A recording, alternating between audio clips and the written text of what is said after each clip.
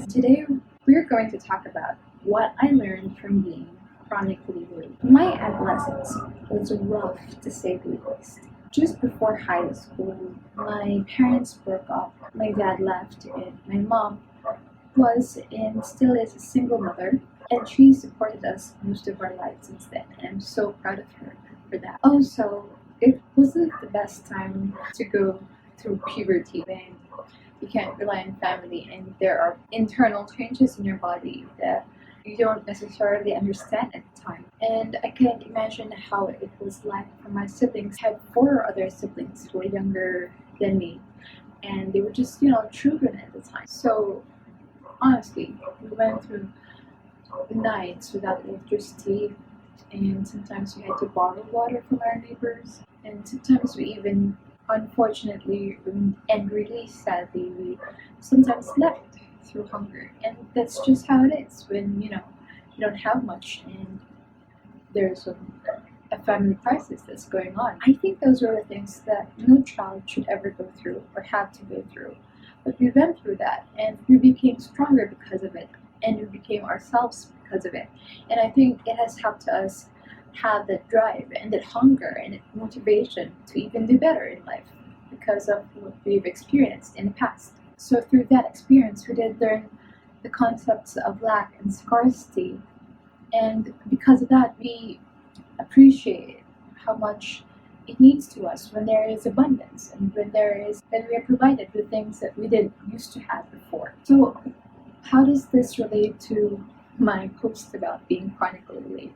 I mean, I know that posting about this might not serve me at all because, it's bad for future employers to see that you have a video of yourself talking about how you were chronically late. But I guess that was part of my past and I can change that. And what I can do is be better right now in the present so I can change my future. And I think that's what matters the most. Sometimes I wonder if being a rebel was in me even before that family crisis that we had, or if it developed within me after, all those problems came to our lives. And I don't know, that's just a thought. But all that aside, here are some realizations that I learned from being chronically late. Number 1, the world goes on. No one will wait for you. Not a single person and their time and actions will not adapt to yours. In high school, every day I would scurry out of my house and, just technically run so that I won't be late, but I'd still be late and I'd get through the last parts of the lesson of the first subject. And I would do this over and over again, and I would make excuses as to why this is happening to me. And, I know that, and I get that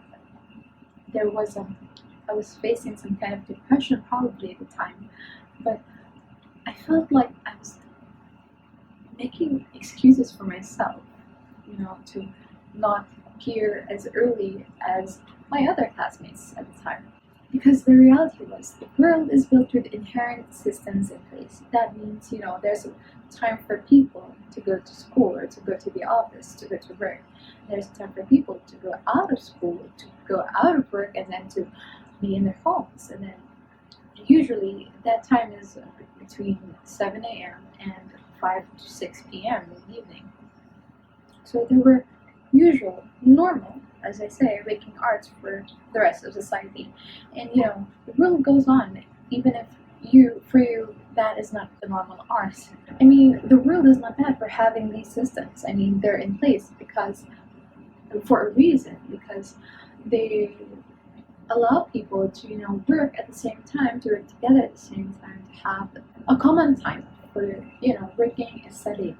But it's important also to know that I wasn't a bad person for always being late either. I want to give myself that kindness and compassion, to not judge myself for the mistakes I did when I was younger. For other people, it's just a little bit disrespectful that you're not there around the time they expect you to be there. And that's the worst thing that you could ever do. So it's important to know, no matter what anyone says about your bad habits, it doesn't mean you're a bad person. It just means you have bad habits and you can't change that. So yes, the world will go on. That's the way life goes. But please do not for a second think that you were not made for this world just because it has went on without you. Otherwise, you would not be here. I suggest that you extend some compassion to yourself and in your own ways, in your tiniest ways, make micro changes that can help you become a better person in the future. I mean, right now is all there really is to it. So number 2, the start isn't always easy, but it's worth it in the end. When you start with a little bit of a problem, like you don't want to wake up and things are not good. You feel like you're waking up on the wrong side of the bed, and you just want to snuggle in, be inside your blanket or comforter, and snuggle in your pillow. But you can't do that. You have to be disciplined. Sometimes, the trick is not to overthink it. You just have to get up.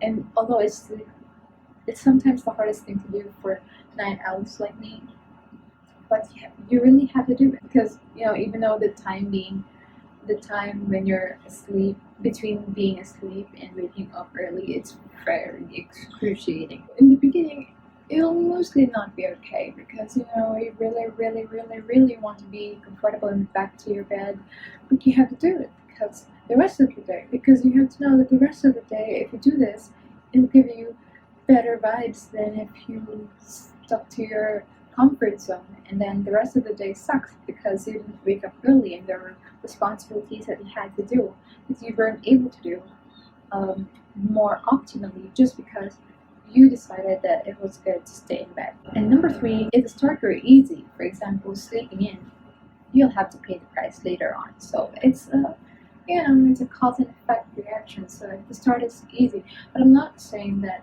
every time you start things easy, it means that there will be a problem. It's a guarantee that there will be a problem later on. No, it's not that. It's just that when things start easy, usually in the during the process, there will be some kind of adversity that will be in your way that you didn't expect.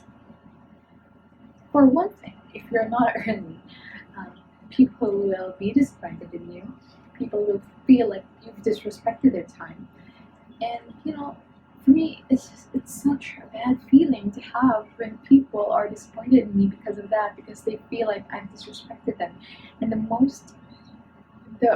worst thing that I could ever do to someone is to disrespect them. You could decide that you can stay up late and wake up late, but you will have to pay the price later on. Number 4, the lesson of time is you never appreciate it until it's gone, because it's difficult to appreciate something that is always available to you. Sometimes time is always there, but when it's gone, we're not so sure how it passed. Some people, track their time religiously. They have an app, or they journal their time, or they put it in their planners or calendars what they were doing during a specific time. And I think it's such a good that's a good practice to monitor the time that you spend doing things, because you get to be aware of how you spend your life minutes. And once you're aware of it, once you have the knowledge of what's going on in your life minutes, you can actually make changes as to the things that you would like to improve on. Now, for rebels, I know this is hard sometimes because we don't like to be tied into schedules or predefined schedules and routines, but what I do is I just jot down in my Asana what I did during a particular day. So it's not preset. It's not written on stone that I have to do this and I will do this. I don't have this kind of rigid schedule, but I have this convenience of just opening my phone, and once I did this something during the day, I check it off. So before this week starts, I try to put in some activities that I should be doing for the week, and then I choose my activities based on how I feel during that day. If I really want to do this, or if I think that I have to do this, then I motivate or yeah, I motivate myself. I do that mindset thing where, you think I had to do this, but I want to have to do this. Sana is a project management system or app, but you can use it to schedule future activities. But for me, I use it to take notes on my progress. So I do use it for planning and strategies for my content, for my future content. But um I don't really live in it, like if I should be doing this during a particular time, then I should be doing that. No, that's just not me, and that's not how I work. And so you have to do what works for you. And so because I'm a rebel, I just tend to check all the things that I have done and check all the things that I want to do during the day and the things that I want to have to do during the day. So that's one tip that I for people or for rebels like me, and for those who are chronically late, that's one lesson I learned that I could use nowadays.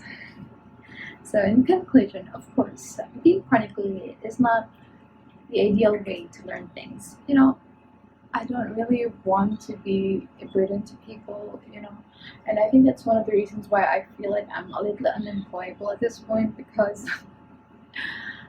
I don't want to burden people, but I can't help but be a burden to people sometimes when I become late.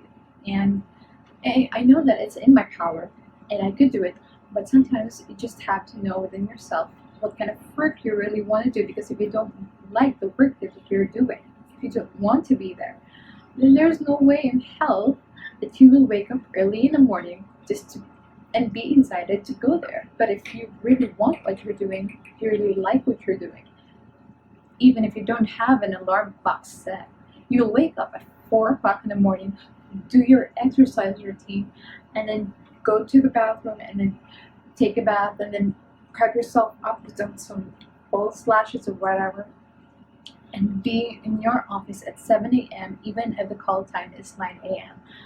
That's what happens when you like what you do, or you want something so bad. But if you don't like the work you're doing, then please spare yourself that problem of going there every day, just so you could feel like you're doing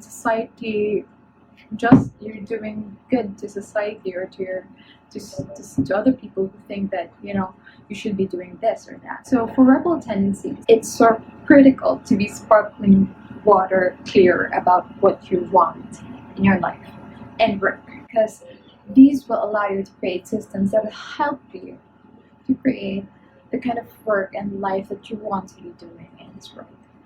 And you don't have to listen to other people tell you what you should be doing. You can actually ask yourself, because you know what's best for you. You know what you want to do. And all you just need is to be clear on that. And then, things will fall into place once you go after it, once you do something about it, and not just be passive. So that's about it for now. Thanks for watching this video, and please click subscribe and like this video if you like it. If you don't, it's okay. Bye!